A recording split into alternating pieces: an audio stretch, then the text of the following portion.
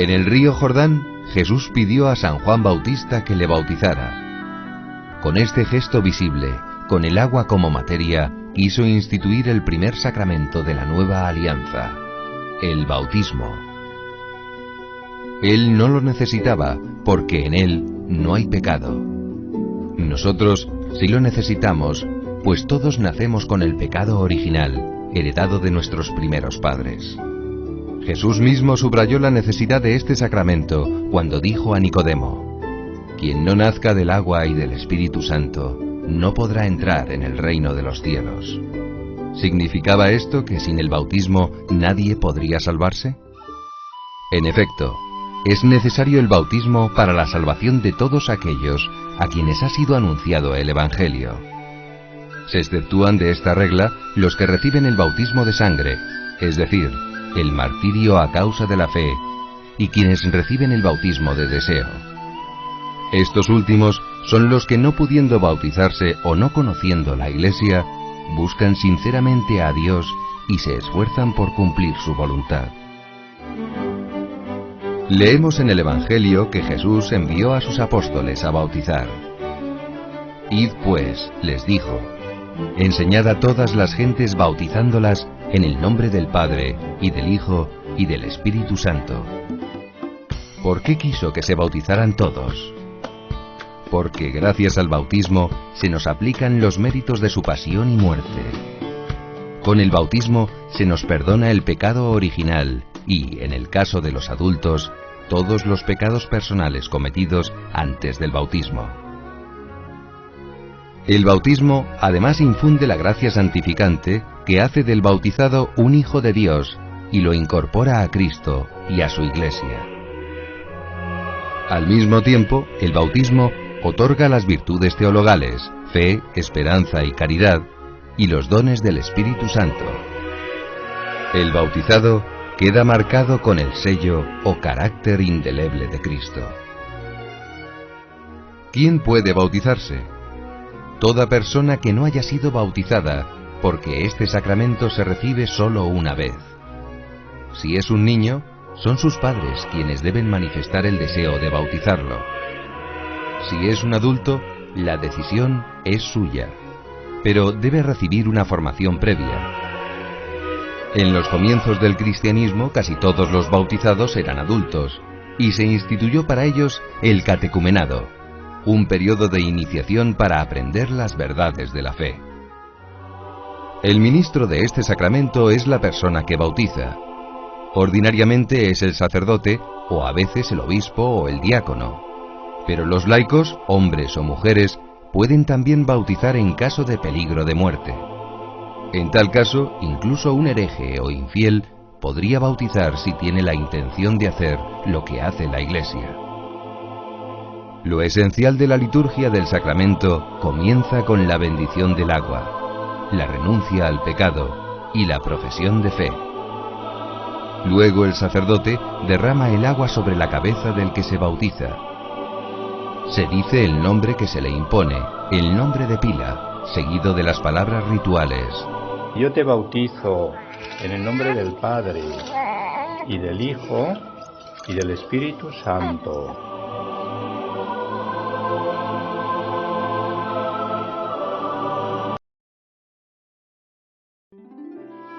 Después de su resurrección, el Señor subió a los cielos el día de la ascensión a la vista de sus discípulos.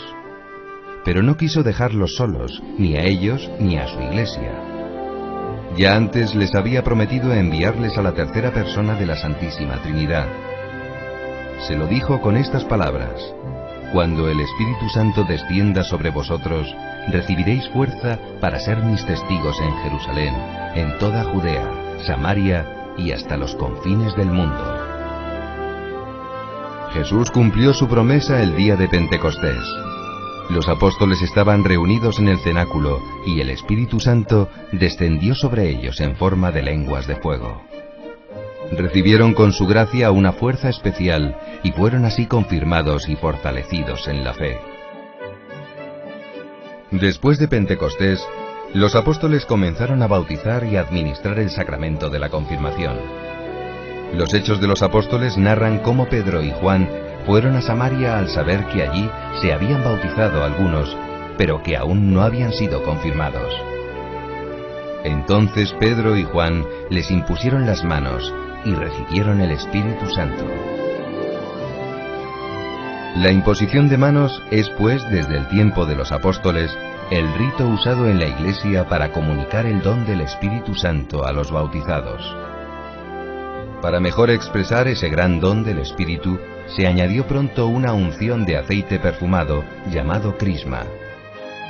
El aceite es símbolo de vigor, y el perfume significa que los cristianos deben difundir con sus buenas obras el aroma de Cristo a lo largo de la vida.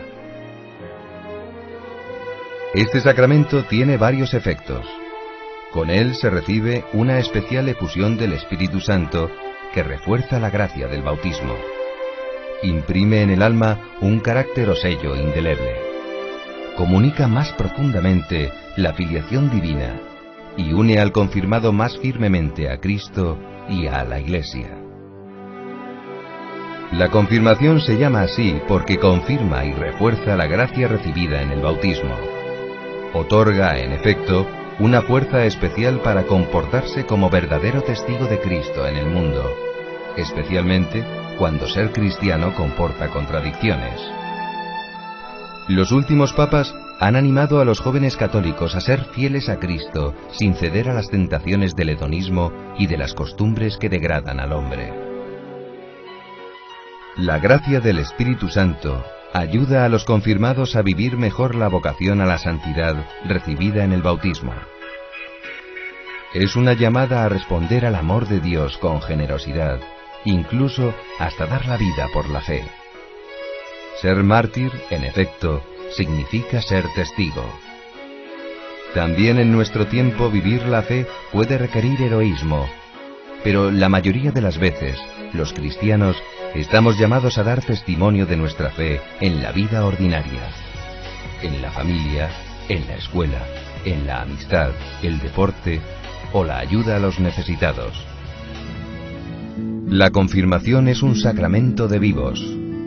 Esto quiere decir que debe recibirse en gracia de Dios, acudiendo, si es necesario, a la confesión. El ministro de la confirmación es de ordinario el obispo. Así se manifiesta mejor el vínculo del confirmado con la Iglesia. En casos particulares, el ministro puede ser un sacerdote que usa el crisma consagrado por el obispo. Este sacramento suele administrarse dentro de la misa. El rito consiste en la renovación de las promesas del bautismo por los que van a ser confirmados. Luego, el ministro les impone las manos sobre la cabeza y unge sus frentes con el santo crisma, diciendo: recibe por esta señal el don del Espíritu Santo.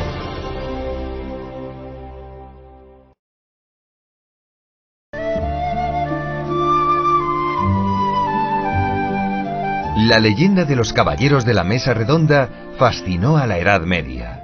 Buscaban un tesoro único, el Santo Grial, como Indiana Jones en esta famosa película. Pero ¿por qué era tan codiciado aquel cáliz? ¿Existe realmente?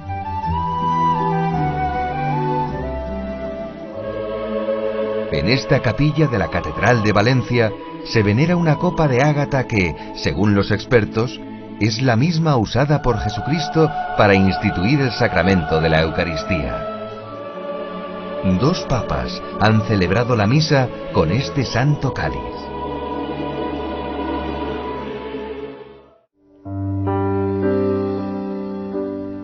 En la última cena, Jesús anticipó el sacrificio de su vida al día siguiente en la cruz.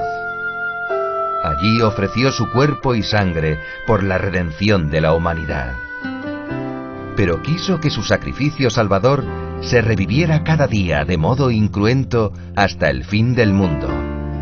Haced esto en memoria mía, dijo a los apóstoles. Ese mandato lo vemos cumplido cada vez que asistimos a misa.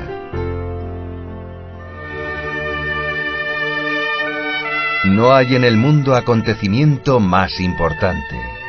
Allí se hace presente y actual aquel sacrificio del Hijo de Dios ofrecido en Jerusalén hace 2000 años. Y los que acuden se beneficiarían más si imaginaran los beneficios que Dios nos regala en ella. ¿Cuáles? La misa atrae sobre la tierra bendiciones, alivia a las almas del purgatorio y da más gloria a Dios que todos los sufrimientos de mártires y santos. Es el mejor momento para pedir lo que necesitamos, dar gracias, obtener perdón y adorar a la Trinidad Santísima. Además, en la comunión, Dios nos perdona los pecados veniales y nos preserva de los mortales. Nos une más íntimamente a Cristo, nos hace crecer en gracia y en amor al prójimo.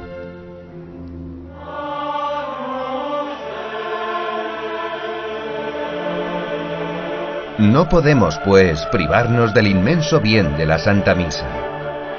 Por eso la Iglesia manda asistir a ella todos los domingos o su víspera. No hacerlo sin causa justificada sería un rechazo, un desdén, una ofensa grave al amor de Dios y un perjuicio para nosotros. Esto es un sagrario.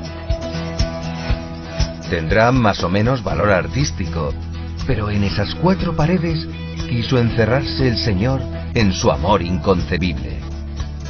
¿Para qué? Para estar con nosotros, escuchar nuestras peticiones y confidencias, y también para recibir la adoración que merece. Por eso el tabernáculo es lo más importante en una iglesia, más que cualquier obra de arte.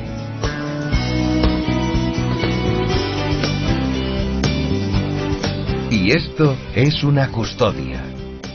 En este caso, la de Toledo. Sirve para exponer la sagrada hostia. Más de 1 millón de jóvenes la adoraron en la JMJ. Impresionante. Esta es una de las devociones a Jesús presente en la Eucaristía. Otra es la procesión del Corpus Christi. Si a un jefe de Estado se le rinden honores públicos, ¿no será justo rendir culto público al Rey del Universo?